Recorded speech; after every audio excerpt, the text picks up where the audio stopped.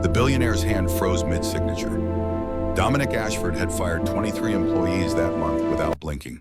Oh, He had damn crushed it. competitors, I can't believe destroyed I spilled it. negotiations, and Now earned I have his to clean this reputation up. as the man without mercy. His name commanded respect in every boardroom from Manhattan to Milan. His net worth exceeded what Oh, most the people could attack! imagine in 10 lifetimes. My reports are But now, ruined. staring at the What a security footage on disaster. his laptop, he couldn't breathe. The new housekeeper was wiping down his kitchen counter.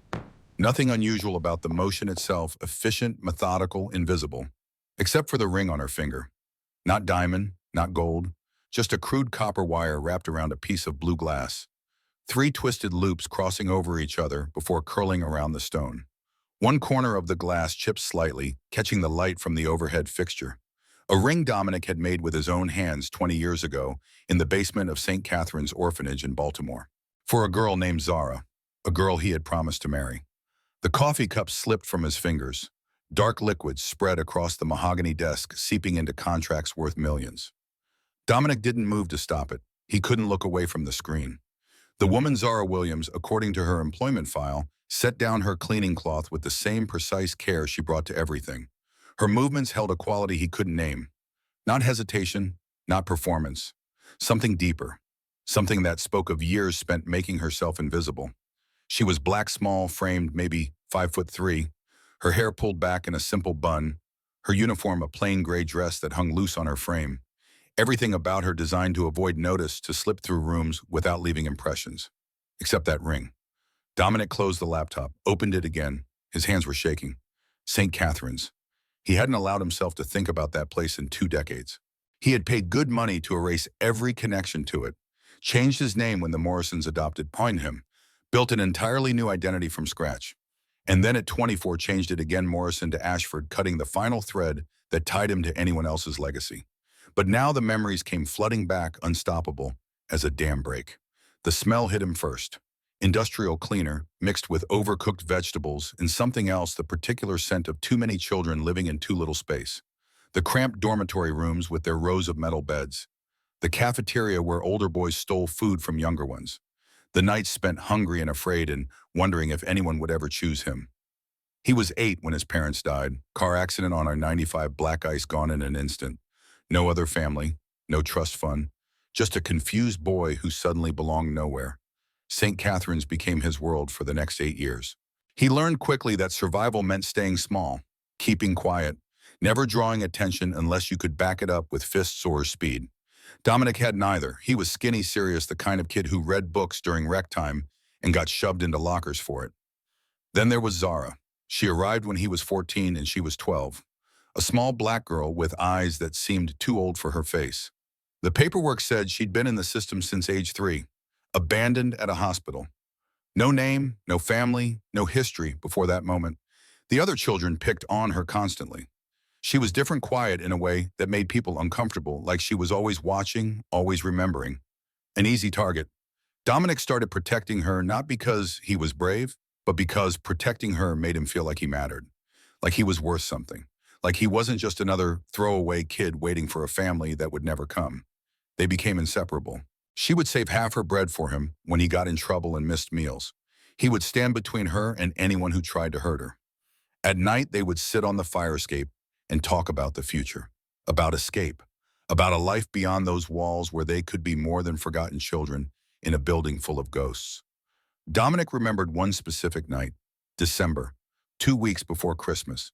The temperature had dropped below freezing, but they sat outside anyway, breath misting in the air, because the fire escape was the only place that felt like theirs. "What would you do?" Zara asked, "if you got out?" "Make money," Dominic said immediately. "Enough that I'd never be hungry again. Enough that no one could tell me what to do. That's it, just money." He looked at her then, really looked. She was 14 years old and already understood that money was only the beginning, that freedom meant something deeper. "I'd come back," he said. The words surprised him even as he spoke them. "I'd get rich and I'd come back for you." Zara smiled. It transformed her face, made her look her age for once. "Promise, promise, Ron." That was when he decided to make the ring. He found the copper wire in the maintenance room coiled in a forgotten corner behind paint cans and cleaning supplies. The blue glass came from a broken bottle in the dumpster, cheap glass, the kind factories produced by the millions. but it caught the light in a way that reminded him of the ocean he'd seen once on a school trip. He spent hours in the basement twisting and shaping the wire, cutting his fingers on the sharp edges of the glass, until he had something that vaguely resembled a ring. Blood dotted the copper. His hands shook from cold and pain. When he was finished, Zara found him sitting on the basement stairs, hands wrapped in his shirt to stop the bleeding. She didn't say anything. Just tore a strip from her own shirt, one of only two she owned, and wrapped it around his fingers with careful precision. Her photographic memory meant she knew exactly how the school nurse did bandages. 3 loops tucked, the end pulled tight. "You didn't have to hurt yourself," she said softly. "I wanted to make you something." She looked at the ring in his palm, crude copper and blue glass worth nothing to anyone else, worth everything to them. "It's beautiful." He slid it onto her finger. It fit perfectly. "When I get rich," Dominic said, his voice cracking with 16-year-old sincerity, "I'll come back for you. I'll marry you. Keep this as proof." Zara smiled, and for one moment in that cold basement, Dominic felt like the wealthiest person in the world. 2 weeks later, the Morrisons came. They arrived on a Tuesday morning in January, a couple in their 50s, expensively dressed, moving through St. Catharines like tourists in a foreign country. The kind of people who wrote checks to charity but never actually visited the places their money went. They wanted to adopt. Specifically, they wanted a teenage boy old enough to be independent, young enough to mold. Someone who could carry on the Morrison name without the messiness of raising a child from infancy. The social worker brought them to Dominic. He remembered standing in the director's office, acutely aware of his thrift store clothes and secondhand shoes, while Mr. Morrison looked him up and down like merchandise. "You're 16, Mr. Morrison's voice was businesslike, efficient. "Yes, sir." "Grades, mostly A's, some B's in gym. Plans after high school. College, if I can get scholarships." Mr. Morrison nodded, turned to his wife. Some silent communication passed between them. "We'd like to offer you a place in our family," Mrs. Morrison said. Her smile didn't reach her eyes. "A real home, education at the best schools, opportunities you'd never have here." Dominic's heart hammered. This was it. This was the escape he'd dreamed about every night on that fire escape. "There's one condition," Mr. Morrison said. "Complete separation from your past. No contact with anyone from the orphanage. No mention of where you came from. You will be Dominic Morrison, born into our family.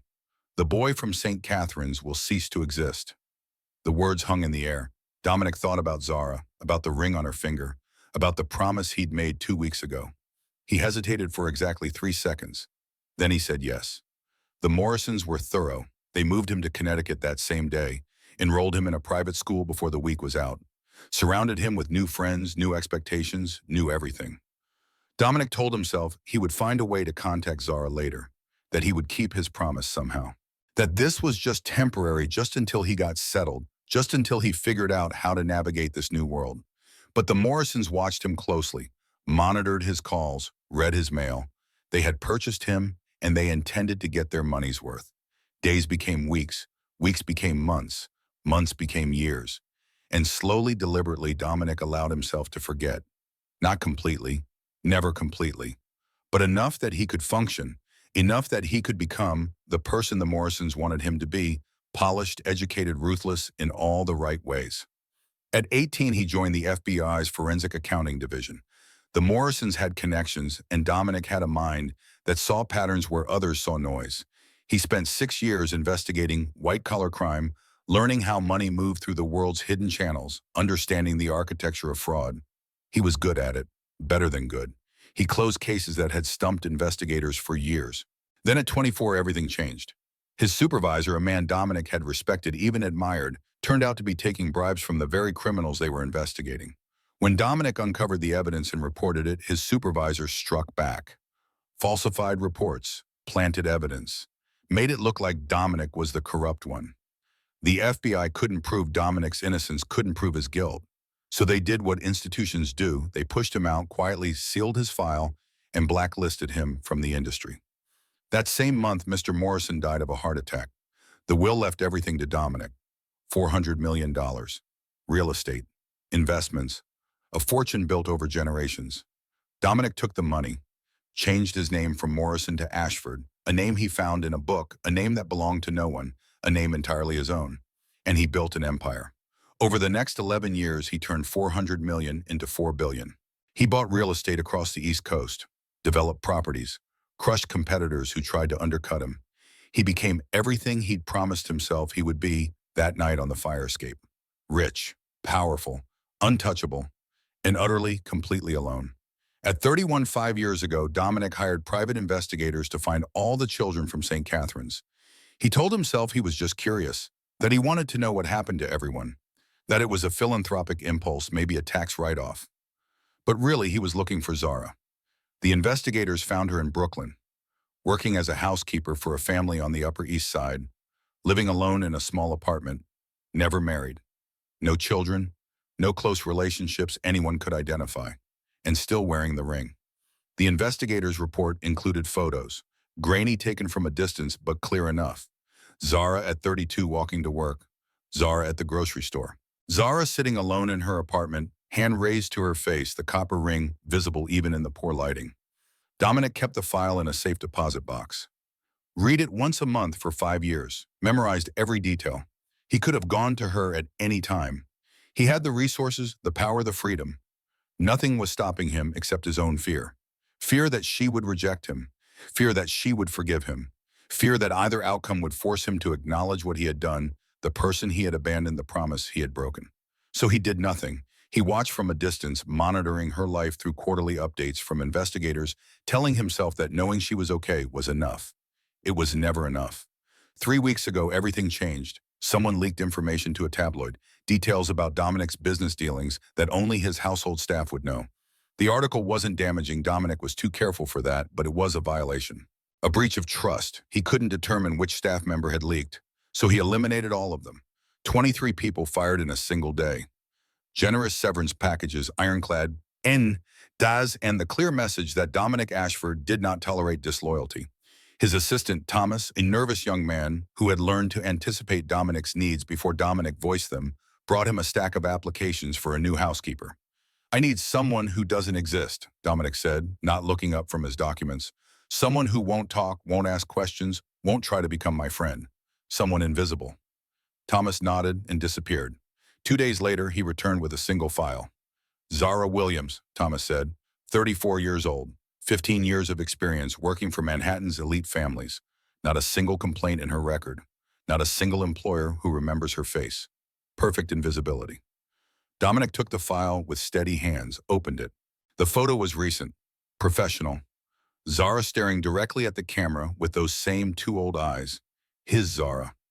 He should have told Thomas to find someone else, should have thrown the file away, should have done anything except what he did. "Hire her," Dominic said. Thomas left. Dominic sat alone in his office, holding the file, wondering what he had just done. He told himself it was curiosity, that he just wanted to see her to confirm she was real, to put the ghost to rest. But deep down, he knew the truth. He was hoping she would recognize him, confront him, force him to face what he had done. He was hoping she would do the brave thing because he couldn't. Zara arrived on a Tuesday morning, exactly like the day the Morrisons had come to St. Catharines. She carried a small bag and wore a simple gray dress, her hair pulled back in a bun that revealed the elegant line of her neck. Dominic watched from his bedroom security camera as Thomas showed her to the staff quarters and explained the rules. Rule 1, no conversation unless Mr. Ashford addresses you first. Rule 2, no presence in rooms. Mr. Ashford occupies unless specifically requested. Rule 3, no personal effects in common areas. Rule 4, complete discretion about everything you see or hear. Rule 5, maintain the apartment to Mr. Ashford's standards, which are exacting. Rule 6, your schedule will be 7 a.m. to 3 p.m. Monday through Friday. Rule 7, Mr. Ashford values invisibility above all else. Zara nodded once, asked no questions, began working. For the first week, Dominic barely noticed her, or rather, he pretended not to notice. In reality, he tracked her through every camera in the penthouse, watching her move through his space like a ghost. She cleaned surfaces he didn't know were dirty, organized spaces he had forgotten existed. The lighting in rooms seemed softer somehow when she finished. The air carried a faint scent he couldn't identify but found oddly comforting. His meals appeared at precise intervals, simple dishes that reminded him of something he couldn't name. Chicken soup with vegetables, fresh bread, nothing fancy, nothing complicated. Just food that felt like care made edible.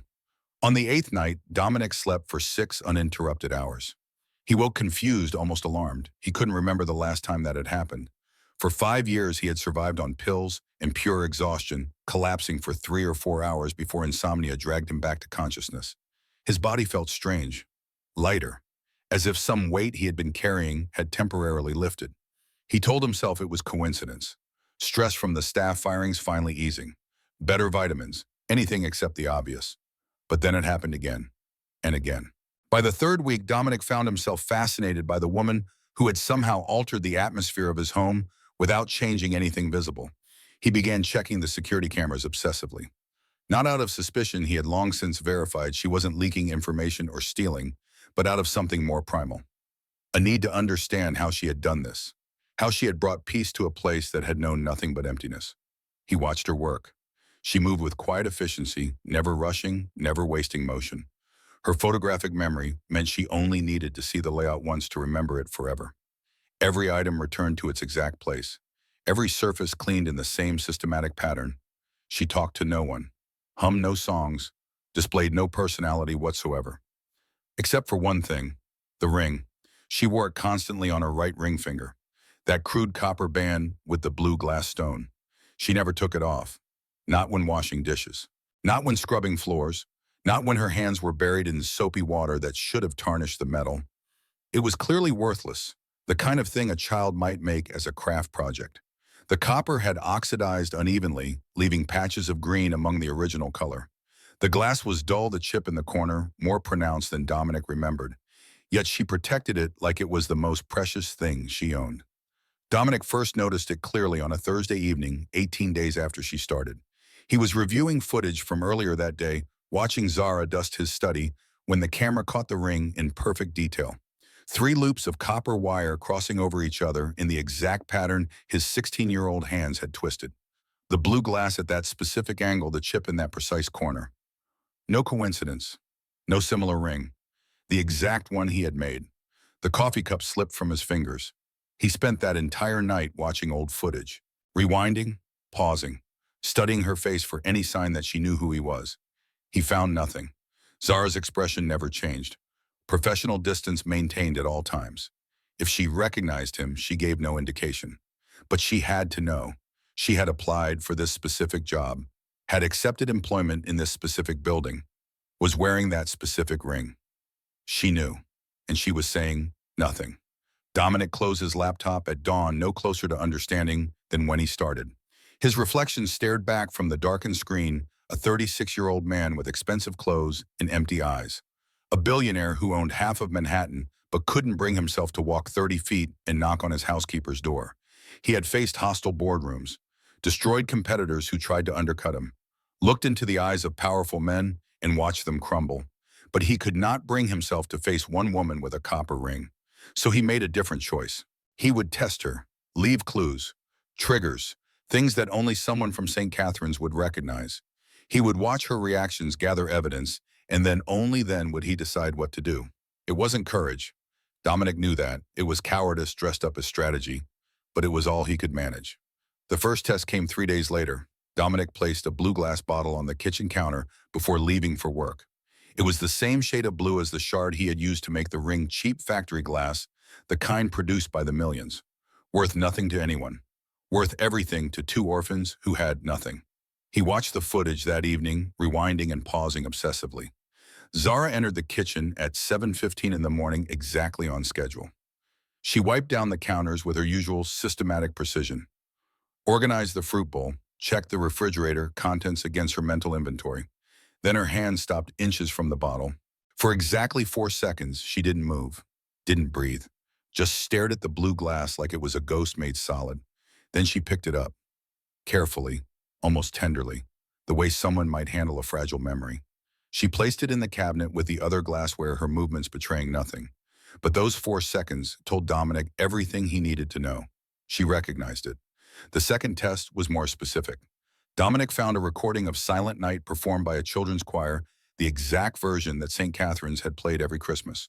The same tempo, the same arrangement, the same slightly off-key earnestness that marked underfunded orphanage performances everywhere. He set it as his morning alarm, loud enough to be heard throughout the penthouse. On the chosen morning, he pretended to sleep in, watching through the security cameras, as Zara moved through her duties. When the music started, she was dusting the bookshelves in his study. Her hand slowed against the wood. Not stop that would be too obvious, but the rhythm of her cleaning changed, became uncertain. Her eyes drifted toward the window unfocused, seeing something far beyond the Manhattan skyline.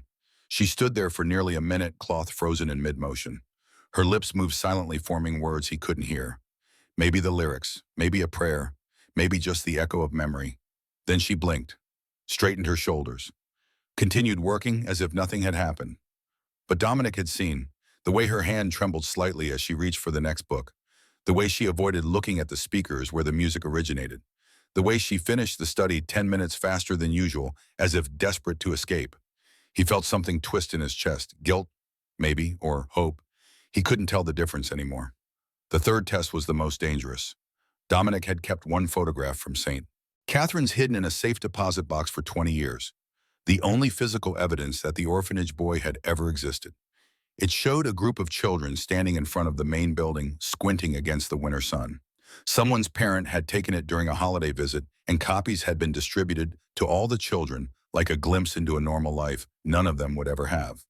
Dominic stood in the back row, 16 years old, skinny and serious. Zara stood 3 rows ahead, barely visible, her face half turned toward the camera. If you didn't know to look for her, you'd never notice. Even at 14, she had mastered invisibility. He left the photograph on his desk face up as if he had been looking at it and forgotten to put it away. That afternoon, he came home early and hid in his bedroom, watching the live feed on his phone. Zara entered the study at 4:30 to empty the wastebasket. She noticed the photograph immediately. Her whole body went still. Not the 4-second pause of the blue bottle, not the minute of distraction during the music. This was something deeper. A complete cessation of movement that spoke louder than any scream. She set down the wastebasket, approached the desk like it might explode, picked up the photograph with both hands holding it like it might crumble to dust. Her thumb traced across the faces of children long grown, moving systematically left to right, top to bottom, pausing at 2 specific points that Dominic knew without seeing the skinny white boy in the back row, the small black girl in the front.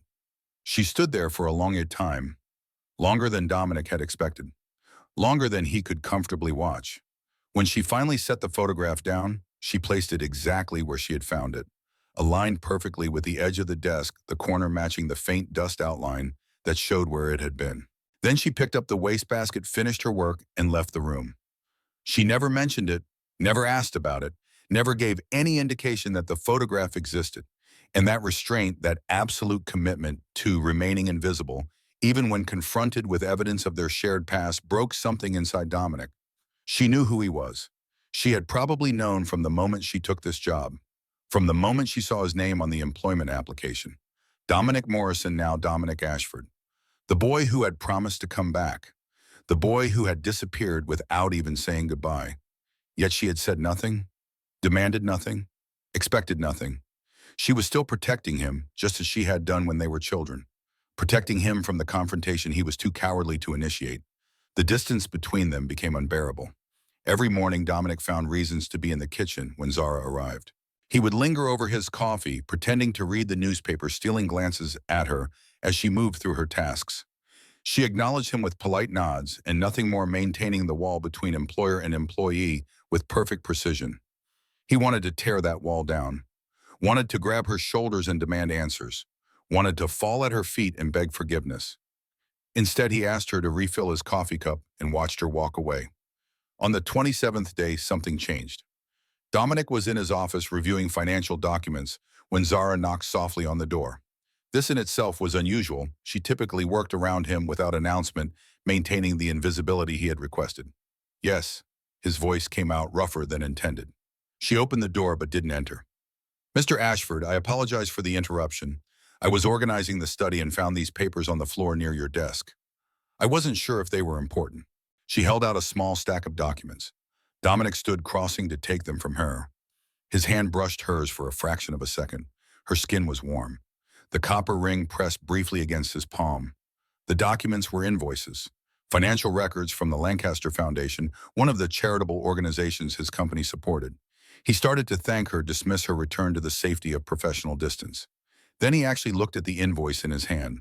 Lancaster Foundation, event catering, $47,000. Something about the number bothered him. His FBI training dormant for over a decade suddenly activated. 47,000 for catering seemed high, even for a high-end charity gala. He looked up. Zara was still standing in the doorway watching him with those two old eyes. "This number," he said slowly. "Does it seem right to you?" She hesitated. For the first time since she had started working for him, genuine uncertainty crossed her face. "I apologize, Mr. Ashford.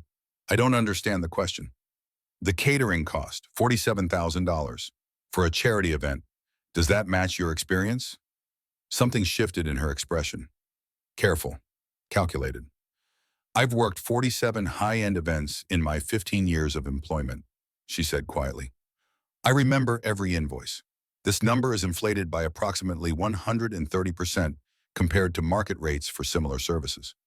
Dominic went very still. "You remember every invoice?" "I remember everything I see, Mr. Ashford. I always have." Photographic memory. Of course, he should have realized. It was how she had survived St. Catherine's, by watching, remembering, staying 3 steps ahead of everyone who might hurt her. And now she was telling him that one of his charitable foundations was committing fraud. "How many events has the Lancaster Foundation hosted in the past year?"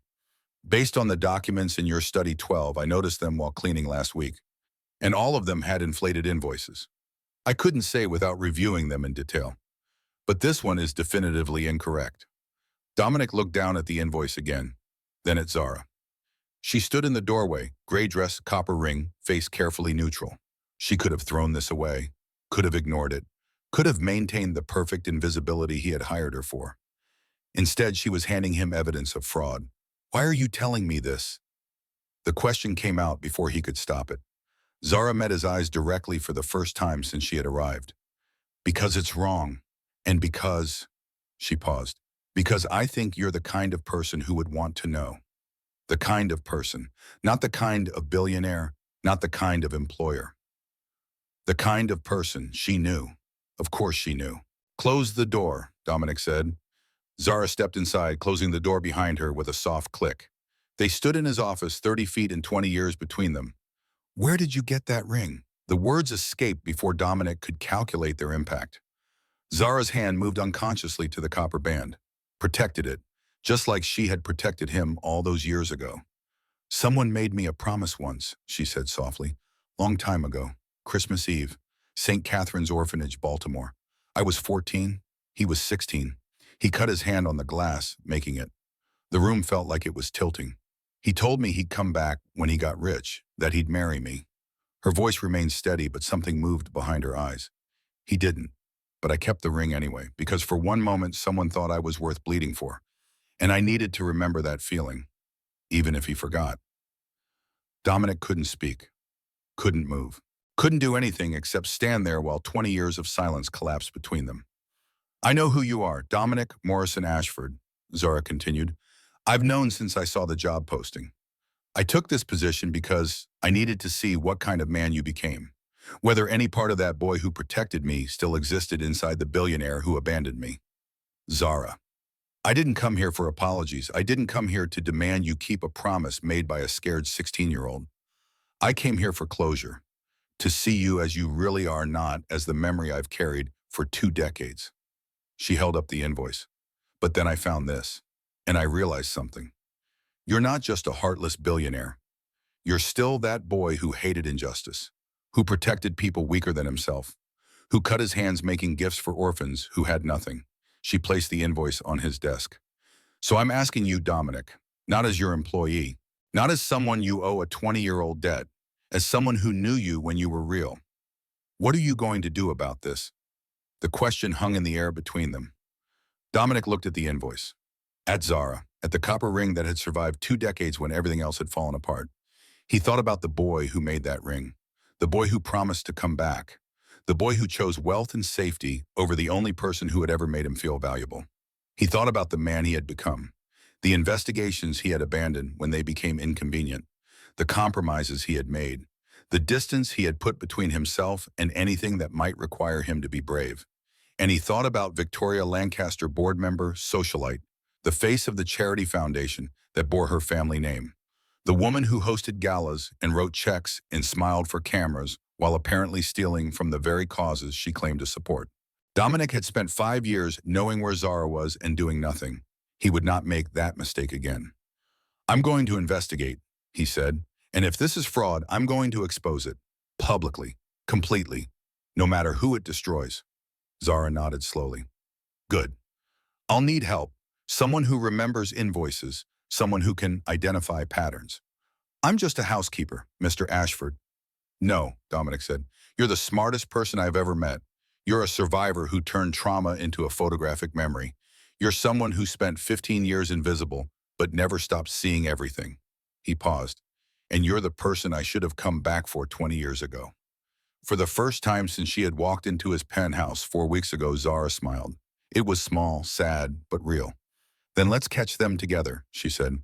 "And maybe along the way we figure out if there's anything left worth salvaging between two orphans who promised each other the world when they had nothing."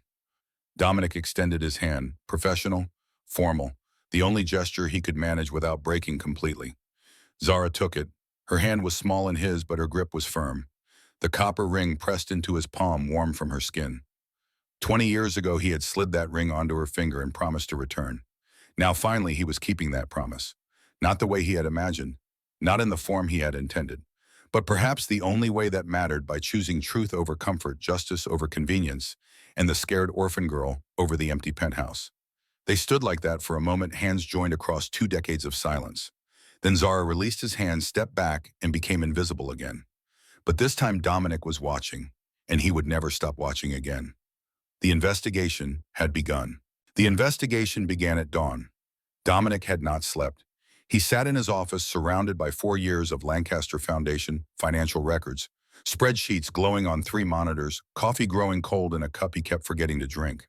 His FBI training had come back like muscle memory, the way to read invoices for inconsistencies, the patterns that mark systematic fraud versus simple accounting errors, the telltale signs of money being moved through shell companies and offshore accounts. He had forgotten how much he missed this, the hunt, the puzzle, the moment when chaos resolved into clear, undeniable truth. At 6:30, Zara knocked on his office door. She carried a tray with fresh coffee and toast, same as every morning. But this time when she set it down, she didn't leave. "May I see what you've found?" Dominic gestured to the monitors. Zara moved behind his desk, standing close enough that he could smell whatever soap she used. Something simple, unscented, practical. She studied the screens for exactly 90 seconds, her photographic memory absorbing every line, every number, every inconsistency he had flagged. 73 invoices over 4 years, she said. 41 are inflated by an average of 117%. 15 appear to be completely fabricated. The vendor companies don't exist in any public registry. The remaining 17 are legitimate but structured to obscure the pattern. Dominic stared at her. He had spent 6 hours reaching those same conclusions. "You saw that in 90 seconds. "I see everything, Dominic. I just usually don't say anything about it." She leaned forward, pointing at one screen. "This invoice, Premium Seafood LLC, $48,000 for a gala that served 200 guests. I worked a similar event last year for the Vanderbilt Foundation. Same menu, same guest count. Actual cost was $19,000. "How do you remember that level of detail?" "Because the fish was undercooked and 3 guests got food poisoning. It made the society pages. The caterer went out of business 6 months later." She tapped another invoice. "This one, Elegant Affairs Event Planning, $63,000 for decor and setup. I've worked with legitimate event planners. This should be $35,000 maximum, even for luxury venues." Dominic pulled up the business registry for Elegant Affairs. The company existed on paper, but the address listed was a UPS store in Queens. No website, no phone number, no employees listed with the state. "Shell company," he said. "All 15 of the fabricated invoices follow the same pattern, registered to residential addresses or mail drops. No legitimate business presence. But the check's clear because they're going to real bank accounts. Accounts we need to trace." Zara straightened. "That requires access to Lancaster Foundation's internal banking records. You're on the board, but you don't have direct financial oversight. That falls to Lucian Pierce, the CFO. Dominic had already identified him as a person of interest. Every fraudulent invoice was approved by Lucian. He signs off on all foundation expenses before they're submitted to the board for review. So he's either incompetent or complicit. Men like Lucian Pierce don't reach CFO of a $4 billion empire through incompetence. Dominic pulled up Lucian's personnel file. 52 years old. MBA from Wharton. 20 years with Ashford Empire. Impeccable record. Married 3 children, house in Westchester. Coached his daughter's soccer team on weekends. On paper, he was exactly the kind of steady, boring executive that corporations prized. But Dominic's FBI instinct was screaming. The same instinct that had gotten him blacklisted for exposing his supervisor's corruption a decade ago. "We need to get into his office," Dominic said. "Physical access, his computer." "That's illegal." "So is embezzling $3.7 million from a charitable foundation." Zara was quiet for a moment. When she spoke, her voice was careful. "You're risking everything. Your reputation, your company. If we're wrong, we're not wrong. You saw the numbers. If we can't prove it, if they have lawyers better than your evidence, you could lose everything you've built." Dominic looked at her. Really looked. At the woman who had spent 20 years invisible, who had survived by never taking risks, who had learned that the only safe path was complete silence. And he saw the girl from St. Catherine's, the one who had saved half her bread for him, who had torn her shirt to bandage his hand, who had kept his ring when any rational person would have thrown it away. "I lost everything that mattered 20 years ago when I got in the Morrison's car and didn't look back," he said quietly. "Money, reputation, empire. I can lose all of that. I've been dead inside for 2 decades anyway." He stood facing her across the desk. "But I won't lose this. Not again. Not when you're standing right here showing me who I used to be, who I could still be." Zara's expression didn't change, but her hand moved unconsciously to the copper ring. "Then we'll need a plan," she said. "Something that gets us into Lucien's office when he's not there. Something that gives us enough time to access his computer without triggering security." "I have an idea," Dominic said. "But you're not going to like it." 3 days later, Dominic called an emergency board meeting. The boardroom of Ashford Empire occupied the entire 72nd floor of the building. Floor-to-ceiling windows overlooked Manhattan, making everyone who sat at the table feel like gods surveying their domain. Victoria Lancaster arrived early as always. She was 48 but looked younger, maintained by expensive procedures and more expensive clothes. Old money polish over new money desperation. Lucian Pierce came in behind her, carrying his ever-present leather portfolio. He nodded to Dominic with practiced deference. "Thank you all for coming on short notice," Dominic began once the full board was assembled. 10 people total, representing the various interests and investments that comprise his empire. "I've been reviewing our charitable foundation partnerships as part of our annual audit cycle. I have some concerns about the Lancaster Foundation's financial oversight." Victoria's smile didn't waver, but something flickered in her eyes. "Concerns the Lancaster Foundation has been a model partner for 3 years. We've raised millions for underprivileged youth." "I'm sure you have, but our internal audit has identified some discrepancies in vendor invoicing that I'd like to clarify before we continue our partnership." "What kind of discrepancies?" Lucian's voice was calm, professional. Nothing in his demeanor suggested worry. "Invoice inflation, potentially fabricated vendors. I don't believe it's intentional, more likely just sloppy accounting on the foundation's end, but we need to tighten our oversight before the next funding cycle." It was a lie carefully constructed. Dominic wasn't concerned about sloppy accounting. He was convinced of deliberate fraud. But he needed Victoria and Lucien to believe they were safe, that this was just bureaucratic nitpicking, not a criminal investigation. "Of course," Victoria said smoothly. "I'll have our accountant pull together documentation for your review. How soon do you need it?"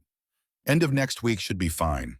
I just want to get ahead of any potential issues before our annual shareholder meeting." The board meeting continued with other business. Budget approvals, real estate acquisitions, the usual machinery of empire maintenance. But Dominic watched Victoria and Lucien, the small glances they exchanged, the way Lucien's hand tightened around his pen, the way Victoria's smile grew more fixed as the meeting progressed. They were scared. Good. Scared people made mistakes. After the meeting, Dominic lingered, making small talk with other board members. Victoria approached him with her practiced social grace. "Dominic, darling, I do hope this audit business won't be too disruptive. We have our annual gala coming up in 3 weeks. I'd hate for anything to cast a shadow on it." "Not at all. In fact, I'm looking forward to it. I always enjoy your events." "Wonderful. It's going to be our biggest yet. We're projecting 800,000 in donations." 800,000. Dominic kept his face neutral, but his mind was racing. If the pattern held, Victoria and Lucien would skim at least 400,000 from that total, and they would need to wire the money offshore before his audit became too invasive. "I'll make sure to bring my checkbook," Dominic said. Victoria smiled, squeezed his arm, and left. Dominic waited until the boardroom emptied. Then he took the elevator to his penthouse where Zara was waiting. "She took the bait," he said. "The gala is in 3 weeks. That's when they'll make their move, one last big score before they think I get too close." And Lucien, nervous but controlled. He's been doing this for years. He's not going to panic yet. Zara was sitting at his kitchen table, surrounded by printed documents. She had spent the past 3 days reconstructing the Lancaster Foundation's entire financial history, using nothing but her photographic memory and publicly available records. "I found the offshore accounts," she said, pushing a spreadsheet toward him. "Cayman Islands, 2 accounts, one registered to a shell company called VCA Holdings, the other to Sterling Bridge Investments. VCA Victoria Cayman account. That's my guess. Sterling Bridge is trickier. The registration lists Lucian Pierce as an officer, but the beneficial owner is hidden behind 3 layers of corporate entities." Dominic studied the spreadsheet. The wire transfers were precisely timed 3 days after every major Lancaster Foundation gala money moved from the Foundation's operating account to these offshore shells. "They're not even trying to hide it. They're just betting no one will look." "Most people don't," Zara said quietly, "especially when the person stealing is wealthy and well-connected. Society assumes rich people don't need to steal, so they don't check." "How much have they moved total?" 3.7 million over 4 years. "But if the pattern holds for the upcoming gala, they'll wire another 400,000 on April 12th. That gives us a 3-day window between the gala on April 10th and the wire transfer. Not enough time to build a legal case. The FBI would need months to investigate properly." "Then we don't build a legal case first. We expose them publicly, destroy their credibility, make it impossible for them to disappear the evidence before law enforcement arrives." Dominic looked at her. "You've thought about this." "I've had 20 years to think about justice, Dominic, about what it means when powerful people face consequences. I've watched wealthy employers commit wage theft, harassment, every kind of casual cruelty, and I've watched them face nothing, not even social shame. Because people like me, housekeepers, service workers, black women, we don't count as reliable witnesses against them." Her voice was steady, but the anger underneath was molten. "So yes, I've thought about this, about what it would take to make someone like Victoria Lancaster actually face consequences for once in her privileged life." Dominic sat down across from her. The kitchen table felt too small for the weight of what they were planning. "If we do this publicly, there's no going back. They'll destroy you. Victoria has connections, money lawyers who will tear apart your credibility. They'll question everything, your memory, your motives, your past.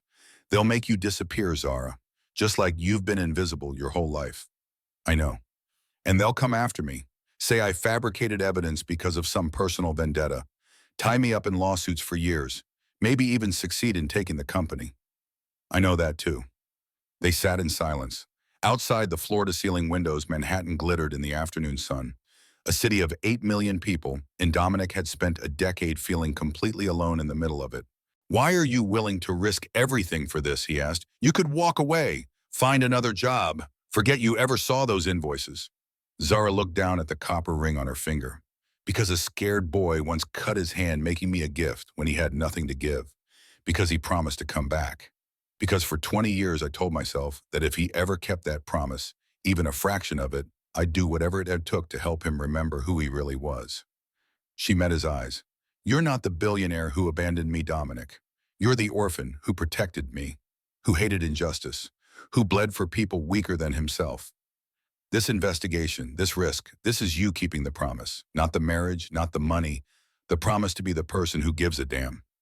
Dominic felt something crack open in his chest. 20 years of carefully constructed armor, crumbling. "I don't deserve you," he said. "No, you don't. But that's never been the point. The point is whether you're willing to become someone who could." She stood gathering the documents. "We have 3 weeks until the gala. If we're going to do this, we need to move fast. Lucian's office. Tonight, while he's at his daughter's soccer game." "How do you know about the soccer game?" "Because I pay attention. He leaves the office early every Thursday. I asked the building security guard why. Turns out Lucien coaches." "You're terrifying when you apply yourself," Dominic said. I'm not applying myself. I'm just being seen for the first time in my life. There's a difference. They waited until 8 p.m. when the building was mostly empty. Janitorial staff working the lower floors, a few workaholics in their offices, but the executive level was deserted. Dominic had override access to every lock in the building. CEO privilege. He used it sparingly, but tonight he exercised it without hesitation. Lucian Pierce's office was exactly what you'd expect from a career CFO. Organized. Sterile. Family photos on the desk. Wife, 3 children, golden retriever. Everything positioned to project stability and trustworthiness. Dominic sat at Lucien's computer while Zara kept watch at the door. "How long do you need?" she whispered. 15 minutes if he's as careless as most executives. 2 hours if he's smart. The computer was password protected, but Dominic had come prepared. A USB drive containing FBI-grade password cracking software. Technically illegal for civilian use. Definitely illegal for breaking into an employee's computer. He was past caring about technicalities. The software ran while Dominic searched the physical office. Lucian kept detailed filing cabinets, tax returns, investment statements, personal correspondence. Everything meticulously organized. Too organized. The kind of organization that suggested a man who feared discovery. In the bottom drawer behind a stack of old annual reports, Dominic found a leather portfolio identical to the one Lucian carried everywhere. Inside, handwritten ledgers. Page after page of transactions that didn't appear on any official Lancaster Foundation records. Wire transfer amounts, dates, account numbers. And next to many entries, a simple notation, VL 20%, Victoria Lancaster. 20% split. "Dominic," Zara's whisper was urgent. "Someone's coming." He heard it too. Footsteps in the hallway, getting closer. Dominic shoved the portfolio into his jacket and moved to the computer. The password software had finished. He was in.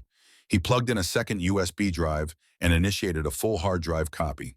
The progress bar estimated 12 minutes. The footsteps stopped outside the door. The handle turned. Zara moved fast. She pulled Dominic away from the desk, pushed him against the wall behind the door, and pressed herself against him just as the door swung open. They were hidden in the 2-foot space between the door and the wall, breathing synchronized, hearts pounding. Lucian Pierce entered his office. Through the crack between the door and the frame, Dominic could see him clearly. Lucien set down his leather portfolio, moved to his desk, picked up something he had apparently forgotten. His phone. Lucien was still on it when he left, pulling the door closed behind him. His footsteps receded down the hall. Dominic and Zara stayed frozen for another 30 seconds until they were certain he was gone. They separated slowly. Zara's hands were shaking slightly. Dominic realized his were too. "That was close," she whispered. "Too close." The computer copy had finished. Dominic ejected the USB, shut down the computer, and they left the office exactly as they'd found it. They didn't speak until they were back in Dominic's penthouse doors, locked curtains drawn. Then Dominic opened the leather portfolio on his kitchen table, and they began documenting everything. The ledgers were meticulous. Lucian Pierce might be a thief, but he was a thorough one. Every fraudulent transaction recorded in his cramped handwriting. Every wire transfer tracked to the penny. And more than that, insurance. Evidence that Victoria had been his partner from the beginning. Emails printed and filed, text message screenshots, even a contract of sorts outlining their profit-sharing arrangement. "He's protecting himself," Zara said, studying the documents. "If Victoria ever tries to betray him, he has proof she's equally culpable. Thieves don't trust each other. Smart. But also stupid. If you keep detailed evidence of your crimes, you make it easy to convict yourself." Dominic was photographing every page with his phone, creating backup documentation in case the originals disappeared. Old FBI habits coming back strong. "This is everything we need for the FBI," he said. "Proof of systematic fraud. Financial records, a clear paper trail.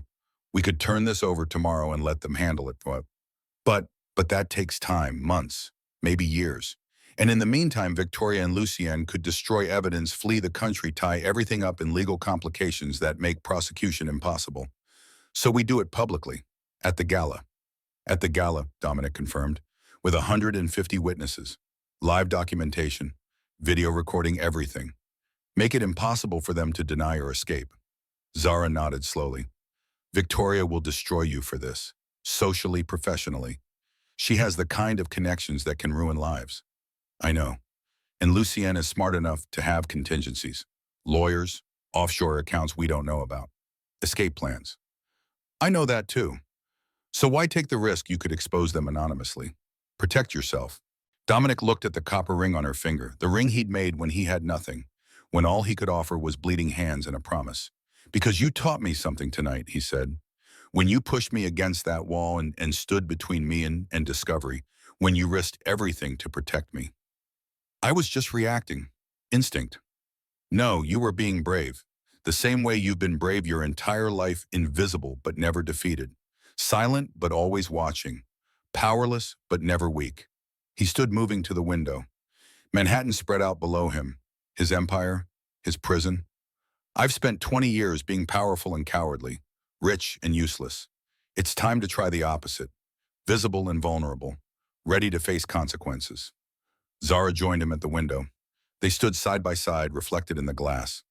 Two orphans who had survived different kinds of poverty, his material, and resolved hers material, and ongoing until recently. But both of them had been starving for the same thing, the courage to be seen. 3 weeks, Zara said. We have 3 weeks to prepare, to gather everything we need, to make sure that when we expose them, it sticks. Can you keep working here, keep being invisible, knowing what we know? I've been invisible for 34 years, Dominic. I can manage 3 more weeks. She turned to face him. They were standing close enough that he could see the gold flecks in her dark eyes, could see the strength that had kept her surviving when everything tried to destroy her.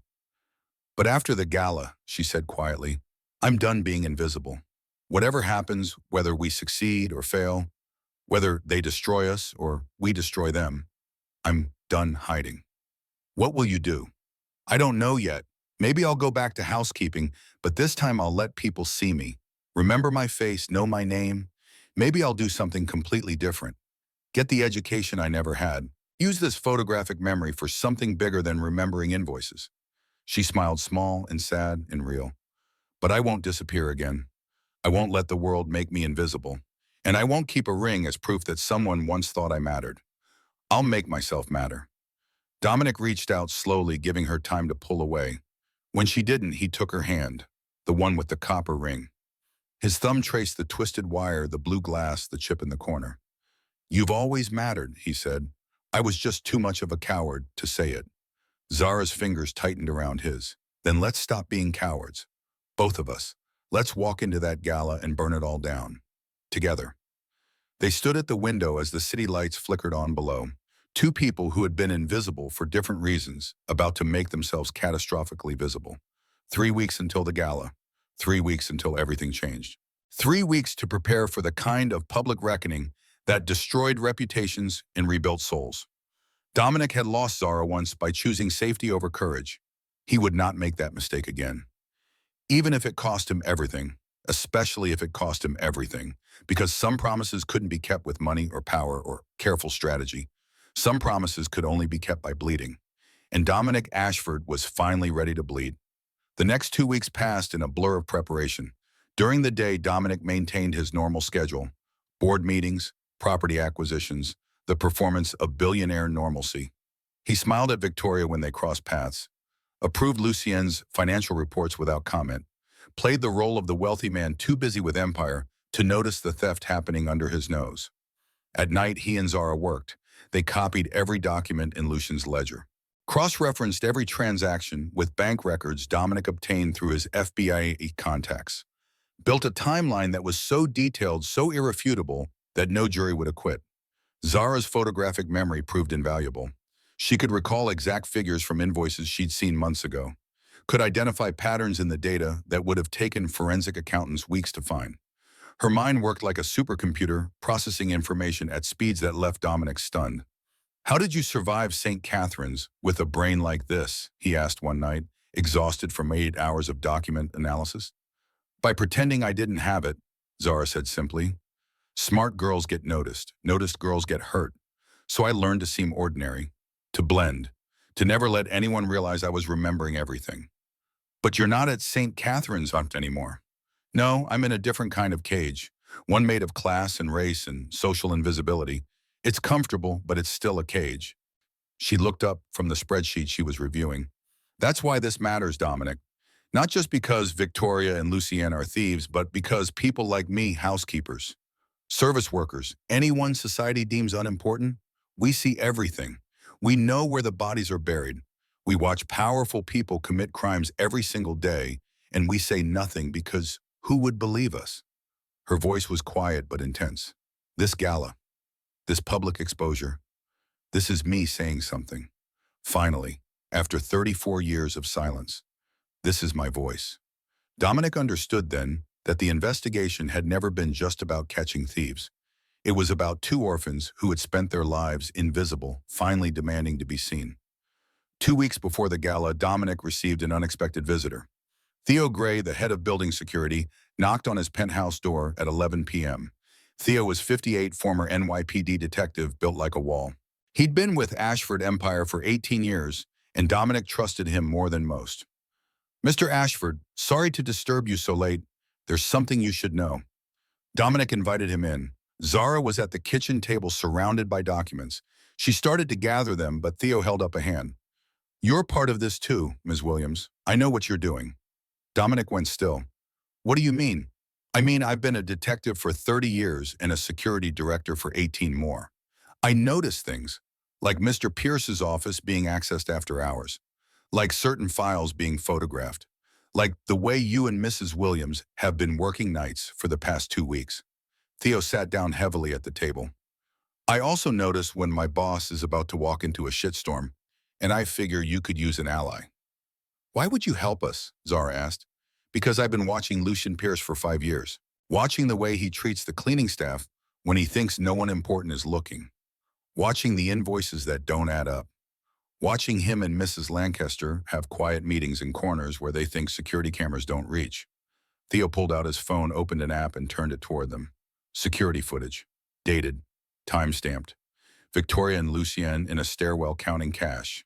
In a parking garage exchanging envelopes. In Lucien's office destroying documents.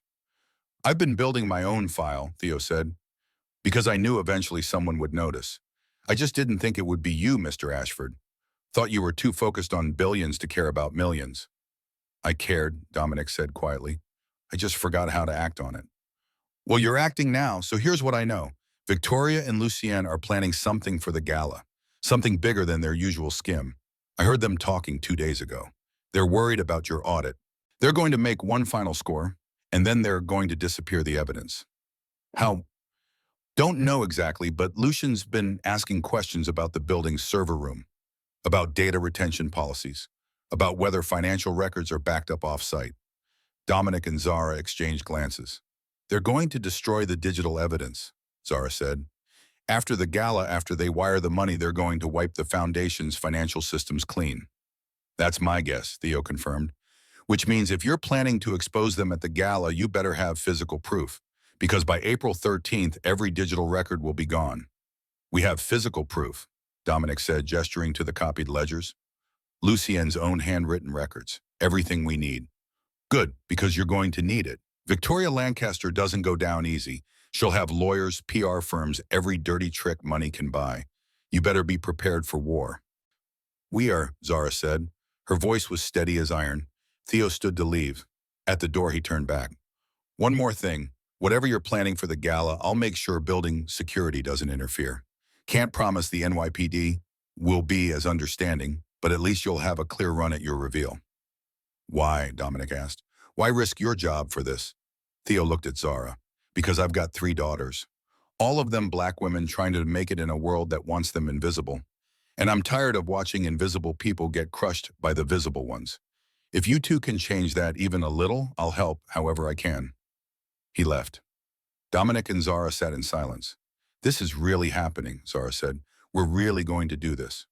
"Are you scared?" "Terrified. More afraid than I've been since I was 16 years old watching the Morrisons' car pull away from St. Catherine's." Zara reached across the table, took his hand. The copper ring pressed between their palms. "Then let's be terrified together, because at least we're not alone this time." Dominic looked at their joined hands, at the ring he'd made 2 decades ago, at the woman who had kept it when any sane person would have thrown it away. And he realized that he had already won. Whatever happened at the gala, whatever Victoria and Lucien did, whatever consequences came, he had already reclaimed the only thing that mattered. His courage, his integrity, his connection to the boy who had promised to protect people weaker than himself. He had come back, not with wealth to offer, not with a proposal, but with the willingness to bleed again, to cut his hands on broken glass if that's what justice required. 10 days, he said. 10 days until the gala. 10 days until we burn it all down, Zara agreed. They worked through the night, preparing their evidence, building their case, making sure that when the moment came, they would be ready. Outside Manhattan never slept. 8 million people pursuing their own dreams, their own survival, their own versions of visibility.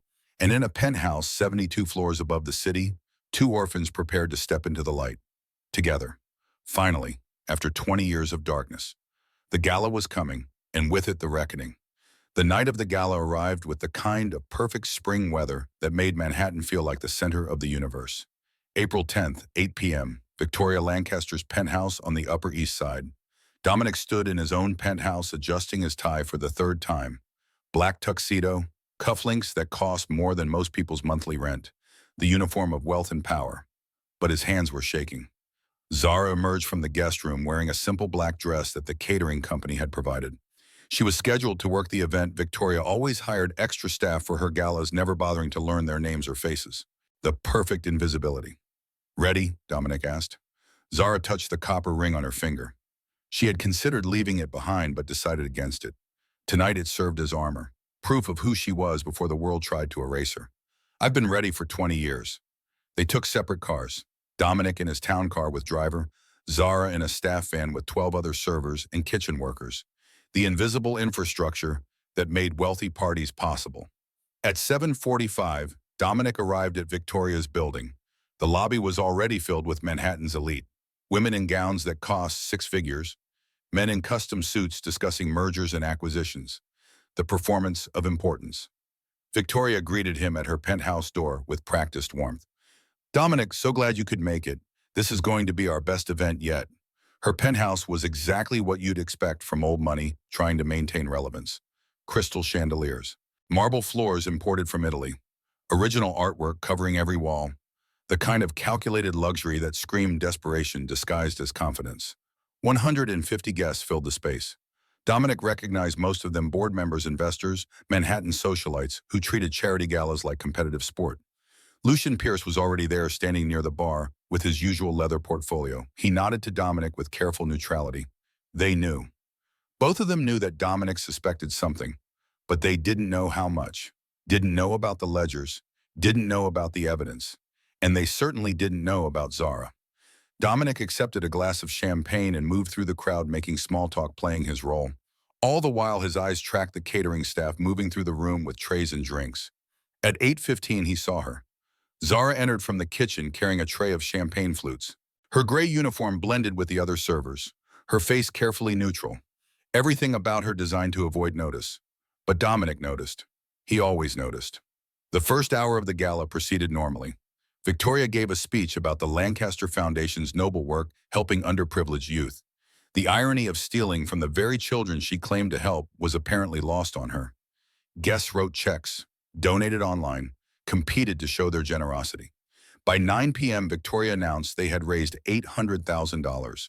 $800,000 that would become $400,000 once Victoria and Lucienne took their cut.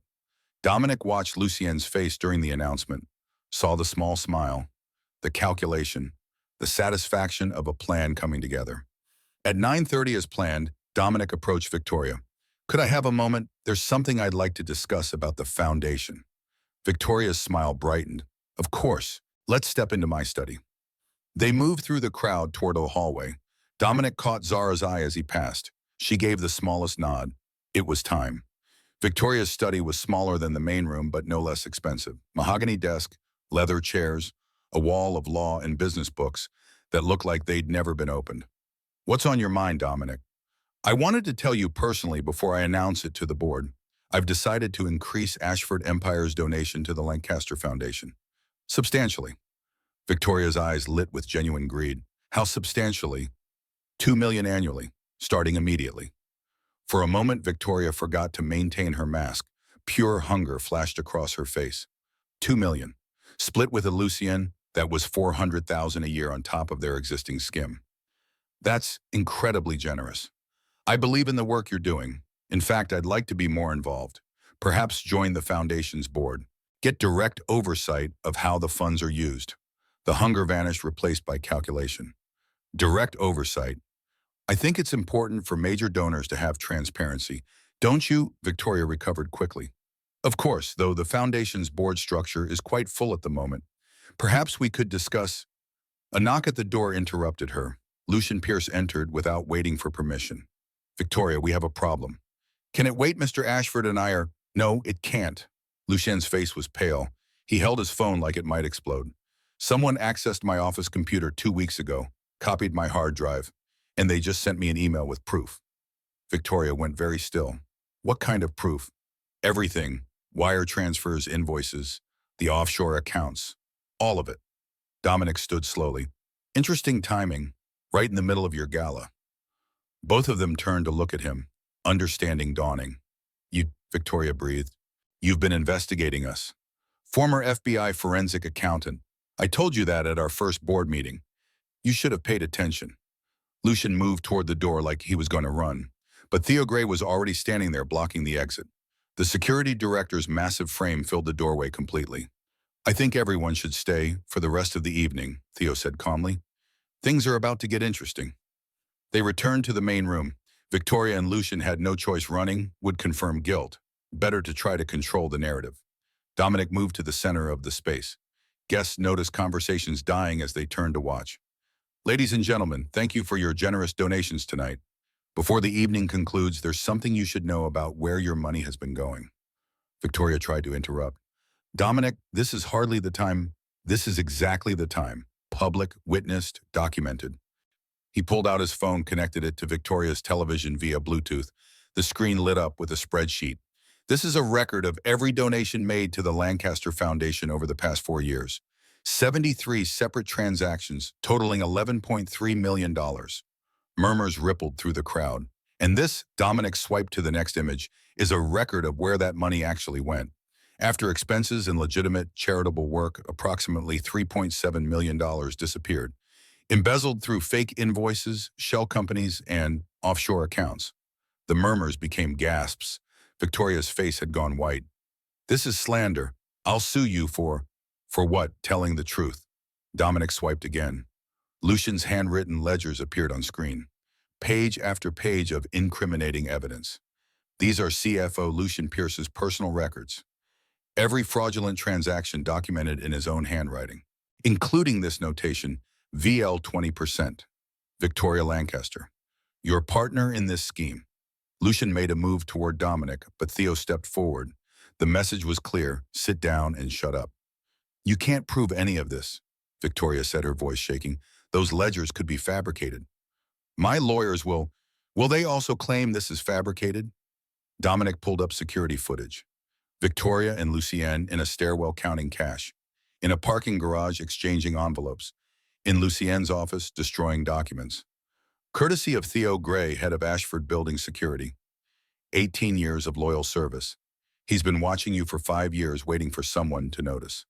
The room was completely silent now.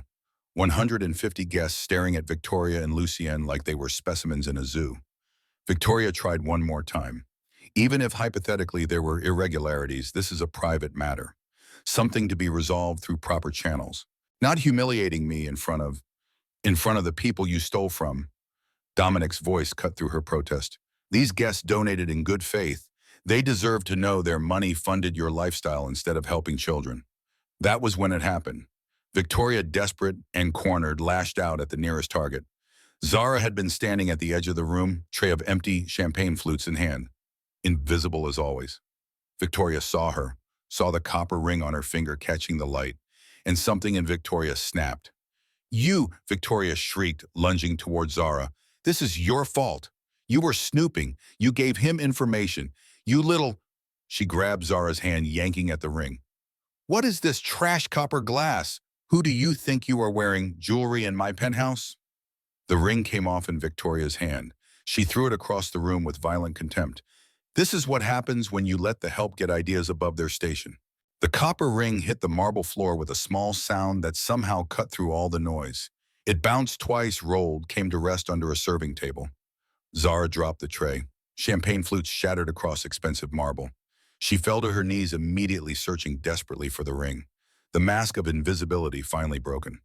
20 years of careful composure shattered. Victoria laughed, high and cruel. Look at her, scrambling on the floor like an animal. This is what poverty looks like, everyone. Remember it next time you pretend to care about underprivileged. Dominic was already moving. The crowd parted for him instinctively. They always did. But this time there was something in his expression that made people step back further than usual. Something dangerous. He walked past Victoria without acknowledging her existence. Walked past the staring guests, the raised phones capturing every moment. He walked directly to where Zara was still searching under the table, and he knelt down beside her on the cold marble floor. The room held its breath. Dominic reached under the far table leg and found the ring, picked it up carefully, feeling the familiar weight of copper and glass in his palm. 20 years and it still felt exactly as he remembered. Zara was staring at him, her eyes wide, breath uneven. This close he could see the tears she was fighting to hold back. Dominic took her hand gently, the hand that had torn her shirt to bandage his bleeding fingers 20 years ago, the hand that had kept his promise alive when he had abandoned it. He slid the ring back onto her finger, the same finger where he had placed it on Christmas Eve in the basement of St. Catherine's orphanage. Then he stood, turned to face Victoria Lancaster and the 150 witnesses watching in absolute silence. This ring, Dominic said, his voice carrying across the room with perfect clarity, is worth more than every diamond in this room combined. It was made by a 16-year-old orphan who had nothing to give except bleeding hands and a promise. It was kept by a 14-year-old girl who spent the next 20 years waiting for someone who never came back. He looked down at Zara, then back at the crowd. And you just watched a wealthy woman humiliate her for wearing it, throw it away like garbage, mock her for being poor. Victoria tried to speak. Dominic, I didn't mean a mom. You meant exactly what you did, just like you meant to steal $3.7 million from charity, just like you meant to betray everyone in this room who trusted you. He moved to stand between Victoria and Zara. Protection, just like when they were children. This woman, Zara Williams, has a photographic memory. She's the one who noticed your fake invoices. She's the one who identified the pattern of fraud. She spent the past 3 weeks helping me build the case against you. Zara stood slowly with as much dignity as she could manage. Dominic offered his hand. She took it. She's also the person I made a promise to 20 years ago. A promise I broke because I was a coward who chose wealth over integrity, who led a family by my silence, who spent 2 decades building an empire while forgetting the only thing that ever made me feel human. He turned to Zara, spoke directly to her even though everyone was listening. I can't give you back 20 years. Can't undo the abandonment. Can't erase the pain of being forgotten. But I can do this. He raised their joined hands so everyone could see the copper ring. I can stand in front of 150 witnesses and tell them that this ring represents the most important promise I ever made. Not marriage, not money. The promise to be the kind of person who protects people weaker than himself, who fights injustice, who bleeds for what's right. His voice broke slightly. And I can promise in front of all these people that I will never leave you invisible again. Whatever happens after tonight, whether they destroy me or I destroy them, you will be seen. Your voice will matter. Your memory will be believed. Zara's tears finally fell, but she was smiling. You kept the promise, she whispered. Not the way you planned, but you kept it. Dominic turned back to Victoria. The smile was gone from his face. Now get out of this penthouse, and don't expect any future invitations to anything bearing my name, or any donations to your fraudulent foundation. Victoria gathered her dignity like a cloak. You'll regret this. My lawyers will destroy you. You've humiliated me in front of the people you stole from. Yes, that was the point. The sound of sirens cut through the moment, getting closer. Theo stepped forward. FBI White-Collar Crime Division, I called them 20 minutes ago when you started your presentation. They're very interested in those offshore accounts. The sirens stopped outside the building.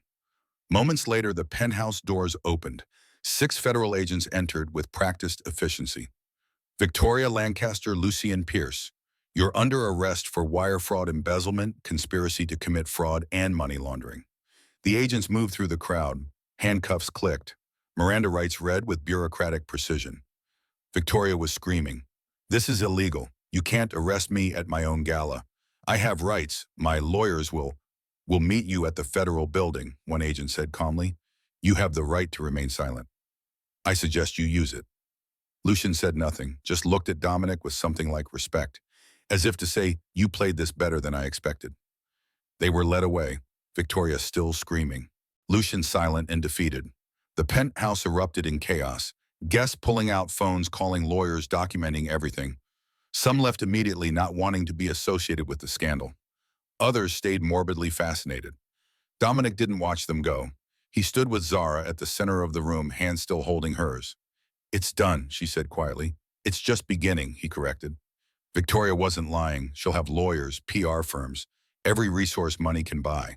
This is going to get worse before it gets better. I know. They'll come after you specifically. Question your credibility, your memory, make you the villain instead of the witness. I know that too. Dominic studied her face. Are you ready? Zara looked around the room, at the wealthy people staring at her, at the phones recording her, at the world that had kept her invisible for 34 years, now watching her with complete attention. I've been invisible my whole life, she said. I think I can handle being visible for a while. The media storm hit within hours. By midnight, video of Dominic's revelation had been viewed 2 million times. By morning, it was everywhere. News broadcasts, social media, think pieces about wealth, charity, fraud, and the invisible service workers who see everything. The headlines wrote themselves, Billionaire exposes $3.7 million charity fraud at high society gala. Former FBI agent turned CEO takes down socialite embezzler. The copper ring, how a childhood promise led to white-collar crime bust. Dominic's phone rang constantly. His publicist, his lawyers, board members demanding explanations, media outlets wanting interviews. He ignored them all. Instead, he sat in his penthouse with Zara watching the sunrise over Manhattan. What happens now, she asked. Victoria and Lucien will be arraigned today. The FBI will freeze their assets. The investigation will take months, probably years. But with Lucien's ledgers and the security footage, conviction is almost certain. I meant what happens to us. Dominic was quiet for a moment. I don't know. I've spent 20 years knowing exactly what would happen next. Building empire, making money, controlling every variable. And for the first time since I was 16, I have no idea what comes next. Is that scary? Terrifying. Good, Zara said. You were too comfortable. Comfort made you forget who you were. She was right. Dominic had spent 2 decades building walls of wealth and control specifically to avoid feeling anything, to avoid risk, to avoid the vulnerability that came from caring about something more than profit. And in one night, he had torn it all down. The board is going to demand my resignation, he said. They'll say I acted recklessly, damaged the company's reputation, exposed us to lawsuits. Will you fight them? I don't know if I want to. Maybe it's time for something different. Listen, Zara smiled. The billionaire wants to quit being a billionaire. The orphan wants to remember what it felt like to care about something besides money. They sat in comfortable silence as the city woke up below them. 8 million people starting their days unaware that 2 of them had just changed everything. At 8 a.m., Dominic's doorbell rang. Theo Gray stood in the hallway looking exhausted but satisfied. FB, I want statements from both of you. Formal depositions. They're building the case for trial. When? Today, if possible. They want to move fast before Victoria's lawyers start destroying evidence. Dominic looked at Zara. Ready to tell your story to federal agents. I've been ready for 20 years. They spent 6 hours at the FBI field office. Separate rooms, separate agents walking through every detail of the investigation. Zara's photographic memory proved devastating. She could recall exact figures, dates, timestamps without hesitation. The lead agent, a woman named Sarah Chen, was impressed. In 30 years, I've never seen a witness with recall this accurate. You're going to be invaluable at trial. How long until trial? Zara asked.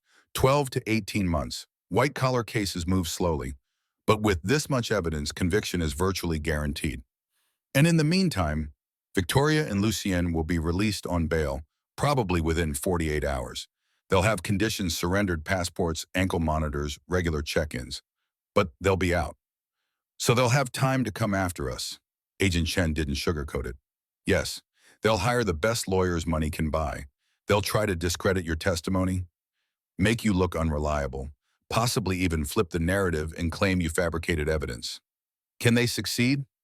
Not with the evidence we have, but they can make your life hell treating. Agent Chen was right. Within a week, Victoria's legal team launched a coordinated attack. Press releases questioning Zara's mental health. Photographic memory is a contested phenomenon with limited scientific support. Leaked background checks highlighting Zara's childhood in foster care. Troubled past raises questions about reliability. Innuendo about her relationship with Dominic. Former employer and employee, was this investigation motivated by personal vendetta? The media ate it up. Half the coverage portrayed Zara as a hero whistleblower. The other half suggested she was an opportunist with questionable credibility. Dominic watched her handle it with the same quiet strength she brought to everything. "Does it bother you, Tishina?" he asked after a particularly vicious op-ed questioned her intelligence. "They're scared," Zara said simply. "Scared people lash out. I've been lashed at my entire life. This is just a different kind of invisible." "You're not invisible anymore." "No, but I'm still black, still poor, still a woman. Still everything society wants to dismiss. The difference is now I'm refusing to be dismissed." She was handling it better than Dominic. He, on the other hand, was struggling. The Ashford Empire Board demanded his resignation within 2 weeks. Half his investors pulled funding. Business partners quietly distanced themselves. The man who had built a $4 billion empire was suddenly toxic. "I destroyed everything," he said one night, staring at financial reports that showed his company hemorrhaging value. "You destroyed a lie," Zara corrected. "The empire was built on pretending you were someone you weren't. Now you get to build something real." "What if I don't know how?" "Then you figure it out. Same way you figured out how to twist copper wire around broken glass when you were 16. She was right. Again, Dominic had spent 20 years being powerful. Maybe it was time to learn how to be good. He resigned from Ashford Empire 2 months after the gala, sold his majority stake, took enough money to be comfortable but not obscene, and then he did something he hadn't done since he was 24 years old. He went to work, not running an empire, not commanding boardrooms, just work, real work. He took a position with a nonprofit that provided financial literacy education to underserved communities. Former FBI forensic accountant teaching kids from neighborhoods like the one where St. Catherine's Orphanage had stood. The pay was $60,000 a year, a rounding error compared to his former wealth. But for the first time in 20 years, Dominic went to bed feeling like he'd done something that mattered. Zara, meanwhile, enrolled in college. She was 34 years old, starting her freshman year. Criminal justice major with a focus on white-collar crime. Her professors quickly realized they had someone extraordinary in their classrooms. Her photographic memory made her a star student. But more than that, her lived experience gave her insights that textbooks couldn't teach. The criminal justice system is designed by and for wealthy people. She wrote in an essay that went viral. They create laws that punish poverty while excusing wealth. They build institutions that protect power while crushing vulnerability. Real justice requires seeing the invisible people. And I've been invisible long enough to know exactly what needs to change. 8 months after the gala, the trial began. Victoria Lancaster and Lucian Pierce faced 14 federal charges between them: wire fraud, money laundering, tax evasion, conspiracy. The prosecution had built a case so comprehensive that even their expensive lawyers couldn't find gaps. Zara testified for 6 hours. She sat in the witness box wearing a simple blue dress and the copper ring. Faced Victoria's lawyers without flinching. Recited dates, figures, transaction details from memory with perfect accuracy. The defense tried to break her. "Ms. Williams, isn't it true you had a personal relationship with Mr. Ashford? We knew each other as children. We reconnected professionally." "Professionally, you were his housekeeper. Hardly an equal professional relationship. I was also the person who identified the fraud you're claiming doesn't exist. You claim to have photographic memory. Can you prove it?" "I can recite every invoice I saw in Mr. Pierce's office. Would you like me to start with January 2020 or work backwards?" The lawyer declined. Victoria herself took the stand, tried to claim she had been deceived by Lucien, that she was a victim, not a perpetrator. The jury didn't believe her. After 3 weeks of testimony, they deliberated for 4 hours. Guilty, all charges. Victoria Lancaster, 7 years federal prison, $4.2 million in restitution. Lucien Pierce, 6 years federal prison, $1.8 million in restitution. The judge's statement was scathing. "You stole from the most vulnerable members of society while pretending to help them. You betrayed the trust of donors who believed in your mission. You represent everything wrong with a system that allows wealth to purchase invisibility for crimes. This court sentences you not just for the money you stole, but for the cynicism you spread. for making people question whether any charity is legitimate, for proving that even children's welfare can be traded for personal profit. Victoria was led away in handcuffs, crying. Lucian walked out in silence. Outside the courthouse, reporters swarmed Dominic and Zara. "Mr. Ashford, you gave up billions to pursue this case. Any regrets?" "None." "Ms. Williams, Victoria's lawyers had tried to destroy your credibility. How does it feel to have a jury believe you?" Zara looked directly at the camera. "It feels like being seen, finally, after 34 years of invisibility." "What's next for both of you?" Dominic and Zara exchanged glances. "That's private," Dominic said.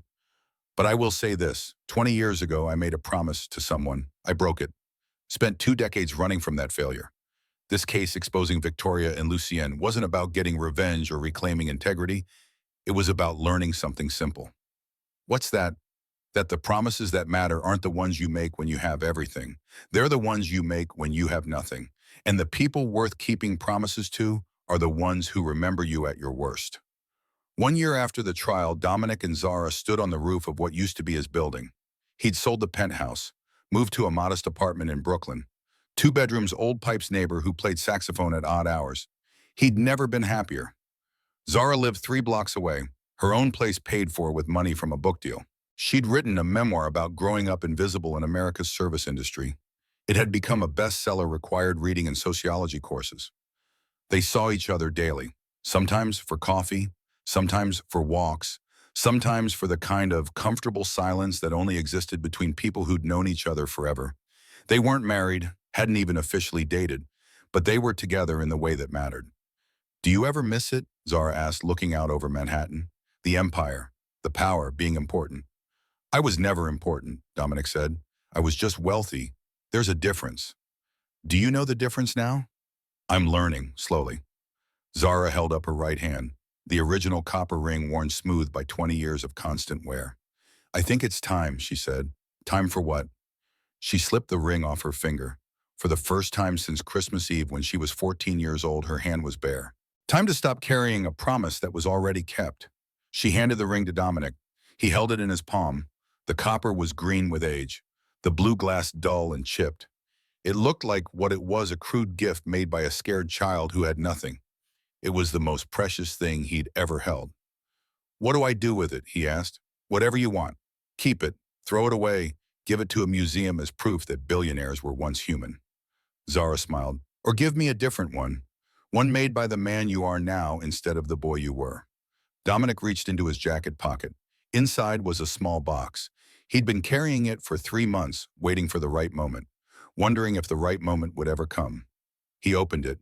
Inside, a copper ring, handmade, twisted wire around blue glass, nearly identical to the original. Except this one was made by a 36-year-old man who had finally learned what promises meant. "I cut my hand making it," Dominic said, "just like before, because some things should hurt, should cost something, should leave scars." Zara laughed. "You're an idiot." "I know. A romantic idiot." "That too." She held out her left hand. He slid the new ring onto her finger. "I'm not proposing," he said. "Not yet. I don't think either of us is ready for that. But I am promising. Again, for real this time." "Promising what?" "That I'll be the kind of person who sees invisible people, who protects people weaker than himself, who cuts his hands on broken glass if that's what justice requires, who never forgets that wealth and power don't make someone important. Caring does. Bleeding does. Keeping promises even when it costs everything." Zara looked at the new ring, then at Dominic. "You know what the best part of this promise is?" "What?" "I believe it. Not because you're saying it, but because you already did it. You walked away from billions, testified against powerful people, chose me over empire." She took his hand, the one that still had small scars from making 2 copper rings 20 years apart.